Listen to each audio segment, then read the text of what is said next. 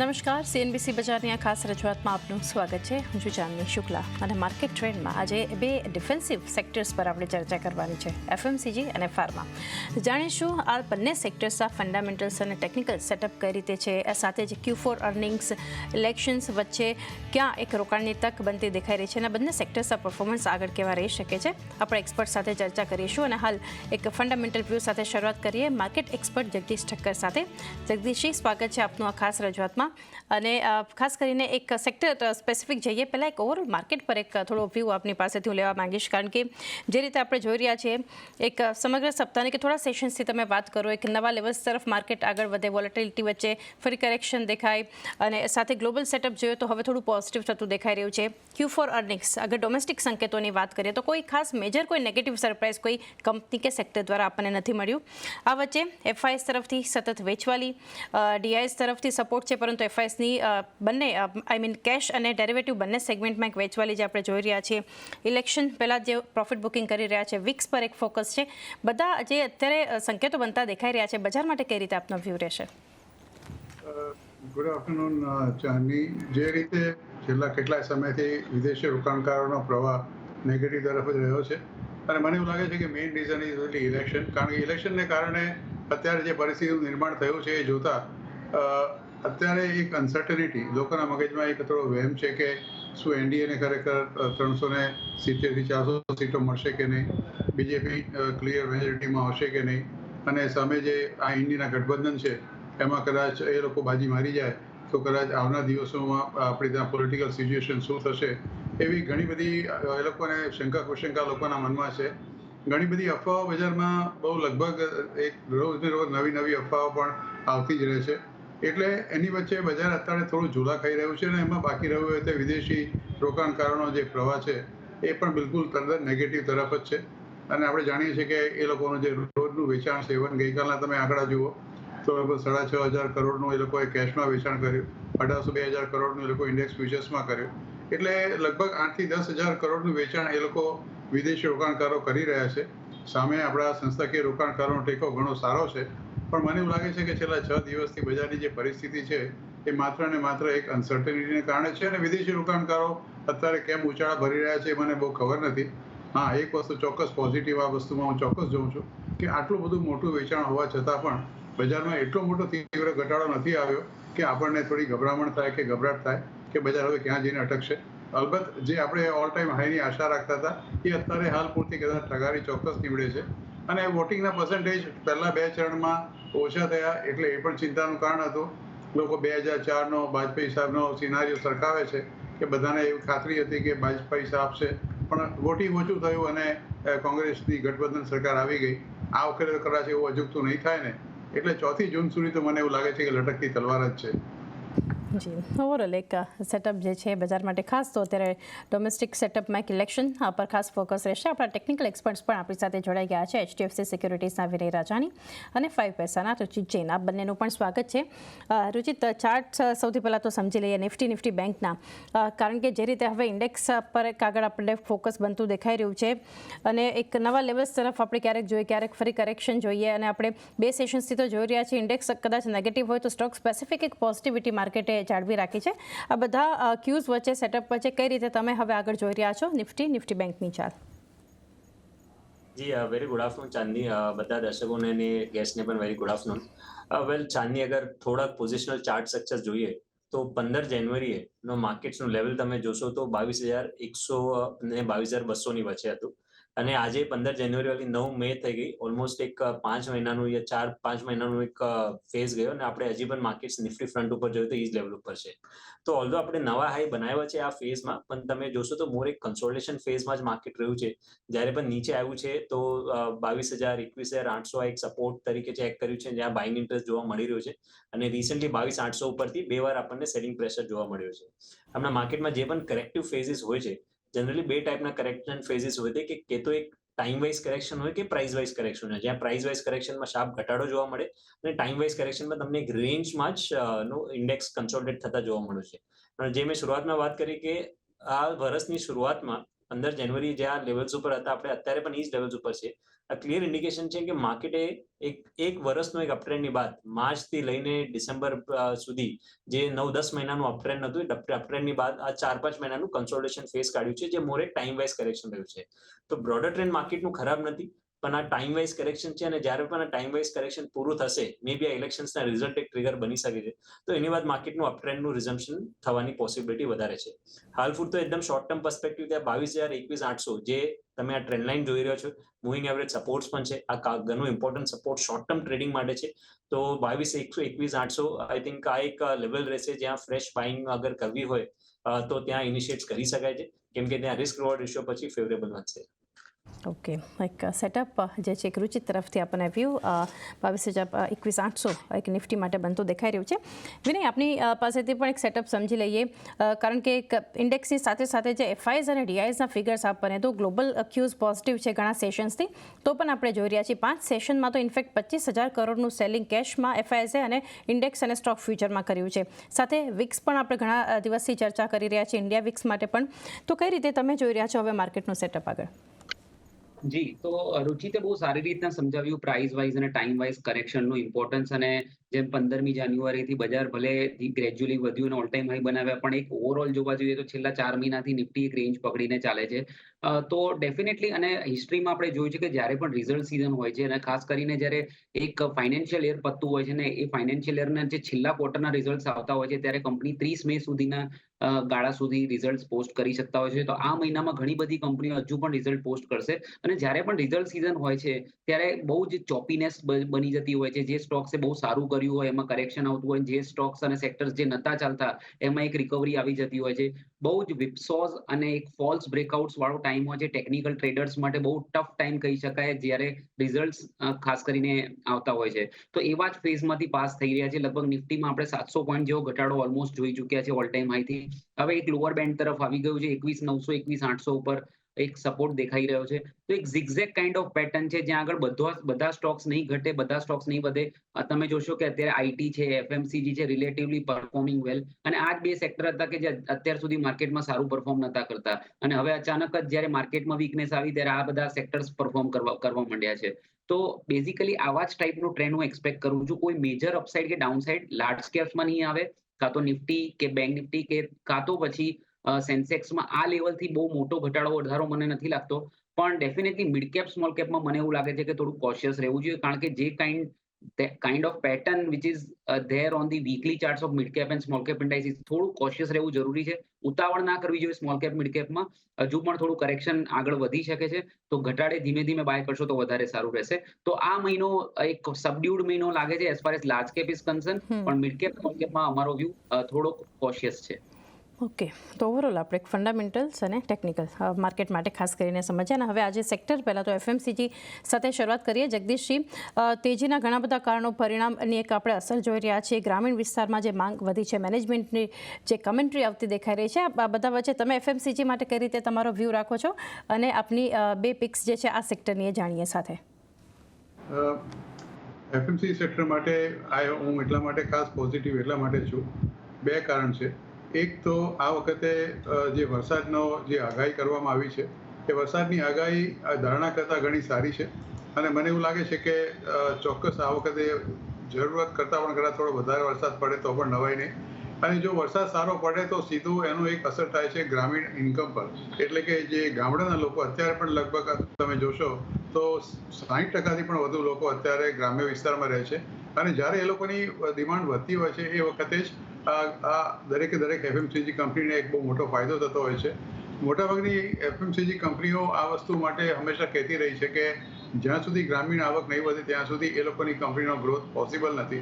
આ બધાની વચ્ચે મારો પહેલી પસંદગી કદાચ આવશે આઈટીસી. આપણે જાણીએ છીએ કે આઈટીસી એક એનો પોતાના ઓલ ટાઈમ હાઈ 500થી ખાસો કરેક્શન્સ મોડમાં આવી ગયો છે, પણ મને એવું લાગે છે કે આઈટીસી માટે હજી પણ આનો ઘણો સ્કોપ બાકી છે. આ બધા હું આપને જે કહી રહ્યો છું એ લાંબા ગાળાના જ છે, અને આ એક આઈટીસી એવો એક શેર છે, મલ્ટીફેસેટેડ કંપની છે. એ માત્ર એફએમસીજીમાં નથી, એગ્રી સેક્ટરની અંદર છે, હોટલ બિઝનેસમાં છે, અને અત્યારે ડીમર્જરનું પ્રપોઝલ પણ આ આઈટીસીએ આપ્યું છે. કે my first choice in this FMCG will be ITC. અત્યારે એનો ભાવ ₹432 છે. Stop loss will be 400. my target for next 1.5 to 2 years is about 550 to 600 rupees. Okay, તો આઈટીસી પહેલી પસંદગી જગદીશજી તરફથી 400 સ્ટોપ લોસ 550 થી 600 સુધીના લેવલ્સ આપણને દેખાઈ શકે છે આઈટીસીમાં. જગદીશજી, આ સેક્ટરમાંથી બીજી પસંદગી તમારા તરફથી કઈ રહેશે એફએમસીજીમાંથી? બીજી મારી પસંદગી છે વરુણ બેવરેજીસ. અત્યારે એનો ભાવ 1471 ને 80 રૂપિયાની આસપાસ છે. રિસેન્ટલી એનો ભાવ 1562 રૂપિયાની આસપાસ ગયો હતો, જે વર્ચ્યુઅલી એનો લાઈફ ટાઈમ હાઈ છે. આપણને ખબર છે કે આ પર્ટિક્યુલર કંપની જે જાતના બેવરેજ બનાવે છે, it has lot of collaboration with so many other people, અને એ પોતે જે ફોરેન ઇન્વેસ્ટર્સ છે એ એની અંદર પણ એફએમસીજીના ફર્મ્સના પોતાના જે સ્ટેક છે એ ધીરે ધીરે વધારી રહ્યા છે. ઘણીવાર એવું લાગે છે કે એ લોકો જે વિદેશી રોકાણકારોનો જે પોર્ટફોલિયો તમે રીશફલ દ્વારા જુઓ તો એ લોકોને એફએમસીજીની અંદર થોડું ઘણું એ લોકોનું પ્લસ માઇનસ થતું હોય છે. પણ આ કંપની એવી છે કે છેલ્લા કેટલાય વખતથી કન્સિસ્ટન્ટલી એ પોતાનું પરફોર્મન્સ બતાવતી રહી છે. અને આનો જે ભાવ છે અત્યારે મેં આપને કહું તે પ્રમાણે એ છે 1471 રૂપિયા. Stop loss should be 1390 and my target for this particular company is 1650. Okay, longer term માટે અન્ય counter VBL Varun Beverages 1390, stop loss 1650 સુધીના લેવલ્સ આપણને દેખાઈ શકે છે. વિનય, ટેકનિકલ સેટઅપમાં તમારી સાથે શરૂઆત કરીએ. એફએમસીજી સ્પેસ તમે કઈ રીતે જોઈ રહ્યા છો, અને આજ અહીંયાથી જ તમારી બે પસંદગી પણ જાણીએ એફએમસીજીમાં. જી, તો હમણાં રિસન્ટલી જ આપણે જોયું છે કે એફએમસીજી સ્પેસમાં એક સારો એવો ઉછાળો આવ્યો હતો અને ઘણા બધા સ્ટોક્સમાં એક મોમેન્ટમ બાઇંગ ઇમર્જ થયું અને ઘણી બધી એફએમસીજી કંપનીના રિઝલ્ટ્સ પણ આવ્યા જે ખાસા કન્વિન્સિંગ હતા. અને જેમ જગદીશજીએ કહ્યું કે એક સારા મોન્સૂનની એક્સપેક્ટેશન્સ છે, તો થોડુંક આવા સિનારીઓમાં જ્યારે એક અનસર્ટનિટી ક્રિએટ થતી હોય છે બજારમાં અને જે હાઈ બીટા સેક્ટર્સમાં એક ઘટાડો આવવાનો શરૂ થતું હોય છે, તો defensive sector like FMCG can outperform, specially when જ્યારે કંપનીના રિઝલ્ટ સારા આવતા હોય અને મોન્સૂનની એક્સપેક્ટેશન પણ પોઝિટિવ સાઇડની હોય, તો એવું જ કોમ્બિનેશન ક્યાંક ને ક્યાંક એફએમસીજી સ્ટોક્સમાં દેખાઈ રહ્યું છે. તો એક પહેલો સ્ટોક્સ મેં મારી પસંદગીનો એફએમસીજી સ્પેસમાંથી રહેશે Godrej consumer.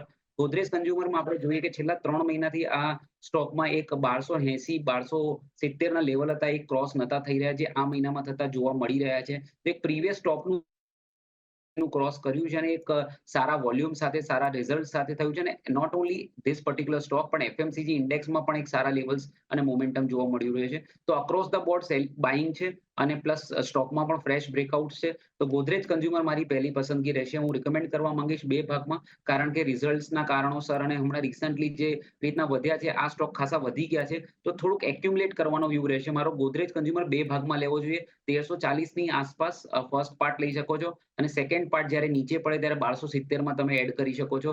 As a traders, positional trader, તમારો સ્ટોપ લોસ 1240 નો હોવો જોઈએ અને અપસાઇડમાં 1480 નો ટાર્ગેટ હોવો જોઈએ. તો પહેલી પસંદગી એફએમસીજી સેક્ટરમાંથી મારી ગોદરેજ કન્ઝ્યુમર રહેશે. ચાંદી, બીજો સ્ટોક હું ડિસ્કસ કરું અત્યારે? જી વિનય, ગોદરેજ સીપી બાદ બીજો કયું કાઉન્ટર રહેશે? જી, તો બીજું જે કાઉન્ટર રહેશે એ મેરિકો છે. તો મેરિકોમાં પણ રિસન્ટલી આપણે એક જબરદસ્ત ગેપ અપ ઓપનિંગ થતા જોયું તો 2-3 સેશન બાદ, અને ત્યારબાદ એક સ્ટોક કોન્સોલિડેશનમાં છે. મેરિકોનો ઓવરઓલ સેટઅપ મને બહુ કન્વિન્સિંગ લાગે છે. તો મેરિકોના રિઝલ્ટ્સ પણ મારા ખ્યાલથી આવી ગયા હતા અને ઘણા કન્વિન્સિંગ હતા. એની પાછળ જ આ સ્ટોકમાં એક મોટો ગેપ અપ જોવા મળ્યો અને લગભગ મંથ ટીલ ડેટ આ સ્ટોકમાં લગભગ 13% વધારો છે. અને સ્ટોક એક ડબલ ટોપ રેઝિસ્ટન્સ જે હતું 575ની આસપાસનું, એ ક્રોસ કર્યું છે અને એની ઉપર સસ્ટેન કરે છે. તો this is a typical textbook breakout on the monthly chart અને બહુ સારો સેટઅપ દેખાઈ રહ્યો છે. તો ભલે હમણાં શોર્ટ ટર્મમાં વધી ગયો છે, તો એમાં તમે નીચેના લેવલ્સ પર બાય કરશો તો વધારે સારું રહેશે. તો હું આ લેવલ ઉપર એગ્રેસિવ બાય કરવાની સલાહ નથી આપતો. હું એવું એક્સપેક્ટ કરું છું કે આ સ્ટોકમાં એક રનિંગ કરેક્શન એની ટાઈમ આવી શકે છે. તો રનિંગ કરેક્શન્સમાં લગભગ 550 અને 530ની રેન્જમાં તમે આ સ્ટોકને એક્યુમ્યુલેટ કરો. જ્યારે નીચે આવે ત્યારે લેશો તો વધારે સારું રહેશે. તમને ડેફિનેટલી ચાન્સ મળશે, કારણ કે હમણાં રિસન્ટલી આપણે ન્યૂઝની પાછળ વધતા જોયો છે. તો 550 થી 530ની રેન્જમાં મેરિકો લઈ શકાય. 500નો એક સ્વિંગ ટ્રેડિંગનો સ્ટોપ લોસ આપીશ અને અપસાઇડમાં 630ના ટાર્ગેટ હું એક્સપેક્ટ કરું છું નેક્સ્ટ 1 થી 2 મહિના માટે. તો મારા તરફથી બે એક પોઝિશનલ ટ્રેડ રહેશે એફએમસીજીમાંથી, ગોદરેજ કન્ઝ્યુમર અને મેરિકો. ઓકે, તો ગોદરેજ સીપી 1240 સ્ટોપ લોસ 2 તબક્કામાં લેવાનું છે, 1480ના લક્ષ્યાંક. મેરિકો માટે 500 સ્ટોપ લોસ 630 સુધીના લેવલ્સ આપણને દેખાઈ શકે છે. ત્યારબાદ રુચિત, આપની પાસેથી એફએમસીજી પર એક વ્યૂ અને આપની બંને પસંદગી જાણીએ. જે ચાંદની, હવે એફએમસીજી ઉપર વ્યૂ પોઝિટિવ છે, કેમ કે રિસન્ટલી પોઝિટિવ ડાયવર્જન્સ પણ બન્યા હતા, જ્યાં પ્રાઇઝીસે નવા લો બનાવ્યા હતા પણ આરએસઆઈ એક હાયર લો બનાવ્યા. અને આનો આ કન્સોલિડેશનથી બ્રેકઆઉટ આ જે રિઝલ્ટ આપણને એક સપ્તાહમાં જોવા મળ્યા છે એના કારણે કન્સોલિડેશનથી બ્રેકઆઉટ પણ રહ્યું છે. તો ડેફિનેટલી એવા અનસર્ટન માર્કેટમાં કે જ્યાં વોલેટિલિટી રહી છે તો as a defensive space I think એક બાઇંગ ઇન્ટરેસ્ટ સ્ટોક્સમાં બનશે. મારી પહેલી pick within the FMCG name રહેશે બ્રિટાનિયામાં. અમારા બ્રિટાનિયામાં અગર થોડાક પોઝિશનલ ચાર્ટ જોઈએ તો જ્યારે પણ કરેક્શન્સ આવી રહ્યા છે તો કરેક્શનમાં સ્ટોક એક હાયર બોટમ બનાવી રહ્યા છે. હું વીકલી ચાર્ટ્સ ઉપર જોઉં તો માર્ચ 2023માં એક વર્ષ પહેલા સ્ટોકમાં જે કરેક્શનમાં લો બનાવ્યું હતું 4150 નું બોટમ બનાવ્યું હતું. એની બાદ સ્ટોક નવા હાઈ બનાવીને ફરી કરેક્શન થયું નવેમ્બર મહિનામાં, ઓક્ટોબર નવેમ્બરમાં, જ્યાં સ્ટોકે બોટમ બનાવ્યું 4350 નું. તો 4150 પહેલું બોટમ, 4350 સેકન્ડ બોટમ, અને આજે એપ્રિલ મહિનામાં જે કરેક્શન હતું રિઝલ્ટની પહેલા એમાં સ્ટોકે 4750 નું બોટમ બનાવ્યું છે. એટલે તમે જોશો કે જ્યારે પણ કરેક્શન્સ આવી રહી છે તો સ્ટોક એક હાયર બોટમ બનાવતું જઈ રહ્યું છે અને સારા વોલ્યુમ સાથે રિઝલ્ટ પછી આ પ્રાઇસ બ્રેકઆઉટ છે તો એટલે અપટ્રેન્ડનું રિઝમ્પશન થયું છે. તો મારા ખ્યાલથી કરંટ લેવલ્સ ઉપર રિસ્ક રિવોર્ડ રેશિયો ફેવરેબલ છે. બ્રિટાનિયામાં ફ્રેશ લોંગ માટે 4800 ના સ્ટોપ લોસ પોઝિશનલ બેસિસ ઉપર સલાહ રહેશે રાખવાની. 5370 પહેલા ટાર્ગેટ્સ અને 5550 બીજા ટાર્ગેટ્સ, આ બે ટાર્ગેટ્સ બ્રિટાનિયામાં રહેશે. પહેલા ટાર્ગેટ્સની આસપાસ પાર્શિયલ પ્રોફિટ બુકિંગ કરી શકાય છે અને 5550ની આસપાસ પછી મેજરલી ફૂલ પ્રોફિટ બુકિંગ કરી શકાય છે. અને સેકન્ડ પિક હું થોડું કોન્ટ્રા કોલ લઈ રહ્યું છું HULમાં. તો વિધિન ધ એફએમસીજી સ્પેસ આ સ્ટોક એક અંડર પરફોર્મર રહ્યું છે, પણ તમે જોશો તો રિસન્ટ કરેક્ટિવ ફેઝની બાદ લાગી રહ્યું છે કે at least price wise corrective phase સ્ટોકમાં પૂરું થઈ ગયું છે, કેમ કે અપમૂવમાં સારા વોલ્યુમ છે, ડાયવર્જન્સીસ પણ રિસન્ટ લો પર ફોર્મ થયા છે અને મેઇનલી વીકલી ચાર્ટ્સના RSI પોઝિટિવ ક્રોસ ઓવર આપ્યું છે.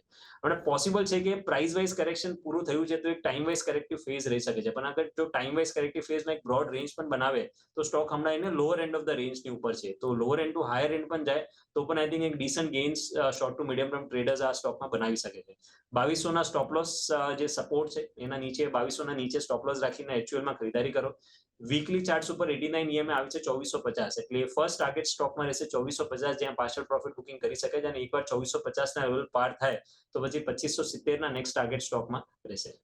ઓકે, તો બ્રિટાનિયા 5370, 5550 લેવલ્સ, HUL રુચિ તરફથી બીજી પસંદગી 2450, 2570ના લેવલ્સ માટે. થોડું ક્વિક હવે આપણે રાખવું પડશે કારણ કે સમય થોડો ઓછો છે. ફાર્મા એક ઘણું મહત્વનું સેક્ટર આમ તો કહી શકાય આપણે, કારણ કે જે રીતે આપણે અલગ અલગ સેગમેન્ટ્સ પ્રમાણે ફાર્મા, હેલ્થકેર, ડાયગ્નોસ્ટિક્સ આપણે જે કવર કરતા હોઈએ છીએ, જગદીશજી ફંડામેન્ટલ કઈ રીતેના સેક્ટરનું પરફોર્મન્સ ઓવરઓલ તમે કઈ રીતે જોઈ રહ્યા છો ફોર અ લોંગર ટર્મ? ચાની ઇન્ડિયન ફાર્માસ્યુટિકલ કંપની એ ગ્લોબલી આપણો ત્રીજો નંબર છે in terms of the production value અને રિમાર્કેબલ ગ્રોથ છે. કમ્પાઉન્ડેડ એન્યુઅલ ગ્રોથ લગભગ 9.5%ની આસપાસ છે છેલ્લા 9 વર્ષમાં અને largest provider of generic drugs worldwide અને ફાર્માસ્યુટિકલ એક્સપોર્ટ્સ અત્યારે 2023-24માં it has surpass more than $25 billion. તમે આખું ફાર્માસ્યુટિકલ ડોમેસ્ટિક ફાર્માસ્યુટિકલ ઇન્ડસ્ટ્રીનું જુઓ તો લગભગ આખું નેટવર્કિંગ જુઓ તો લગભગ 3000 ડ્રગ કંપની છે અને 10,500 જેટલા મેન્યુફેક્ચરિંગ યુનિટ છે. અને ઇન્ડિયા એ એક્સપોર્ટ કરે છે pharmaceutical products to North America, Africa, the Caribbean, the Middle East, Asia અને અધર યુરોપિયન એરિયાસનું. એક ક્રાઇસિલનો રિપોર્ટ વચમાં આવ્યો હતો ઇન્ડિયન ફાર્માસ્યુટિકલ કંપની માટે. એમનું એવું માનવું છે કે for next 2 to 3 years the Indian pharmaceutical company લગભગ 8 થી 10% જેટલો એનો ગ્રોથ થશે અને mainly because of the expansion અને increase export to regulated markets. અને આમ તમે જુઓ તો અત્યારે globally Indian pharmaceutical company holds about more than 6% share in the global pharma market. એટલે આ બધાની વચ્ચે મને એવું લાગે છે કે pharmaceutical company is going to run for next few years without any problem. My first choice will be Sun pharmaceutical companies.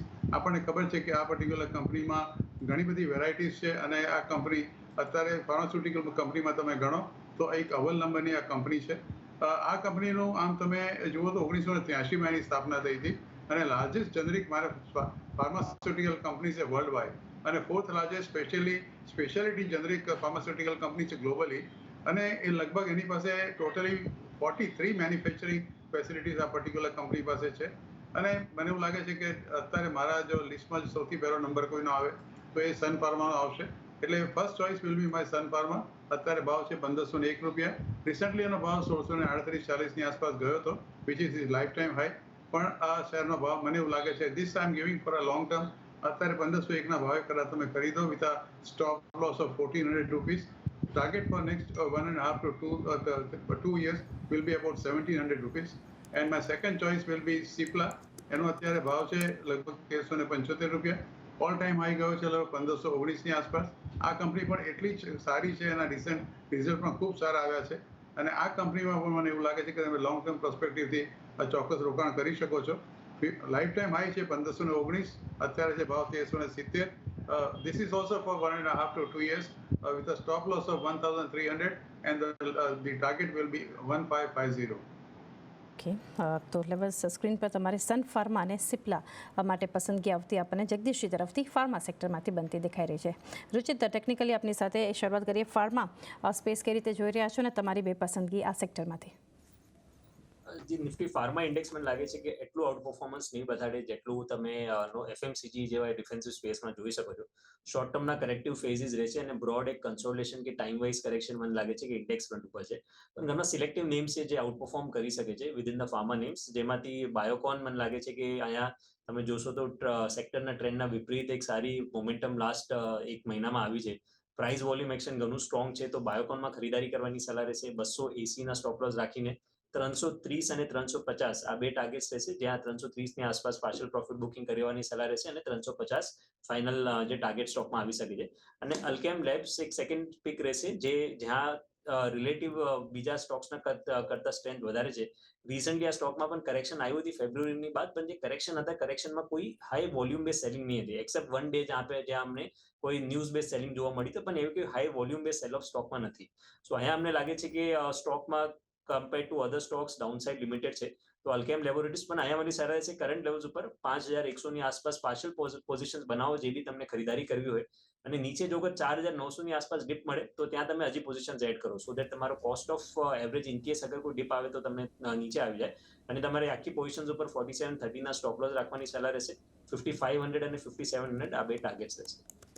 Okay, તો એક સલાહ અહીંથી બાયોકોન સાથે એલ્કેમ લેબ આ બંને પસંદગી આપણને બનતી દેખાઈ રહી છે સેક્ટરમાંથી. રુચિત તરફથી વિનય, આપની પાસેથી કઈ રીતે તમે એક જોઈ રહ્યા છો એક સેટઅપ ફાર્મા માટેનું અને બે પસંદગી? જી, તો રુચિતે જેમ કીધું કે pharma sector no doubt defensive sector કહેવાય, પણ એનું પરફોર્મન્સ એટલું રિલેટિવલી સારું નથી રહ્યું. રિસન્ટલી આપણે એફએમસીજીમાં બાઉન્સ બેક આવતા જોયો, આઈટી પણ એટેમ્પ્ટ કરે છે કે ત્યાંથી રિકવરી આવે. તો ડિફેન્સિવમાં જે ફાર્મા સેક્ટરનું એટલું પરફોર્મન્સ હજુ સુધી એટલું કન્વિન્સિંગ નથી. ઘણી બધી કંપનીઓ હજુ પણ રિઝલ્ટ આવવાના બાકી છે, તો એના પછી એનો એક મેજર ટ્રેન્ડ નક્કી થશે. તો અત્યારે એઝ ઓફ નાઉ તો એટલું કોઈ મેજર પરફોર્મર ના કહી શકાય, એક market performer kind of pattern આપણે ઇન્ડેક્સમાં જોઈ રહ્યા છે, ફાર્મા ઇન્ડેક્સમાં. અને આ એક કોઇન્સિડન્સ કહો કે ટેકનિકલ એનાલિસિસની સ્ટડીઝ કહો, રુચિતે જે બંને સ્ટોક પસંદ કર્યા છે એ જ મારા બંને પસંદગીના સ્ટોક છે. કારણ કે અત્યારે બે જ એવા સ્ટોક છે ફાર્મા સેક્ટરમાંથી કે જે અત્યારે કન્વિન્સિંગ ચાર્ટ્સમાં લાગી રહ્યા છે, અને બંને મારા સેમ પસંદગી છે. જેમ રુચિતે કહ્યું બાયોકોન અને સેકન્ડ ઇઝ આલ્કેમ. અને બાયોકોનને પણ હું પહેલા જે રીતના સ્ટ્રેટેજી આપી હતી કે માર્કેટ થોડું અનસર્ટન છે, થોડીક નેગેટિવિટી આવી છે ટ્રેન્ડમાં, તો એને કન્સિડર કરતા બે ભાગમાં બાયોકોન લઈ શકાય. 305 થી 290 ની રેન્જમાં 280 નો સ્ટોપ લોસ, અપસાઇડમાં 340 સુધીના ટાર્ગેટ આવી શકે છે. આલ્કેમ લેબોરેટરી અનધર સ્ટોક છે કે જે પણ રિલેટિવલી સેટઅપ સારો છે, રુચિ તો ઓલરેડી સમજાઈ ચૂક્યા છે. તો 5100 થી 4900 ની રેન્જમાં તમે બે ભાગમાં બાય કરો, નીચે આવે તો એવરેજ કરો. અને 4800 નો એક સ્વિંગ સ્ટોપ લોસ તમે કહી શકો પોઝિશનલ ટ્રેડર્સ માટે, અને અપસાઇડમાં 5550 ના ટાર્ગેટ આપણે એક્સપેક્ટ કરી શકીએ 1 થી 2 મહિના માટે. તો technically these are the two stocks which are looking relatively strong on the charts. અને એના બેઝિસ ઉપર મને લાગે છે કે બાયોકોન અને આલ્કેમમાં આપણે એઝ એ પોઝિશનલ ટ્રેડર બેટ લઈ શકાય ઓન ધ લોંગ સાઇડ.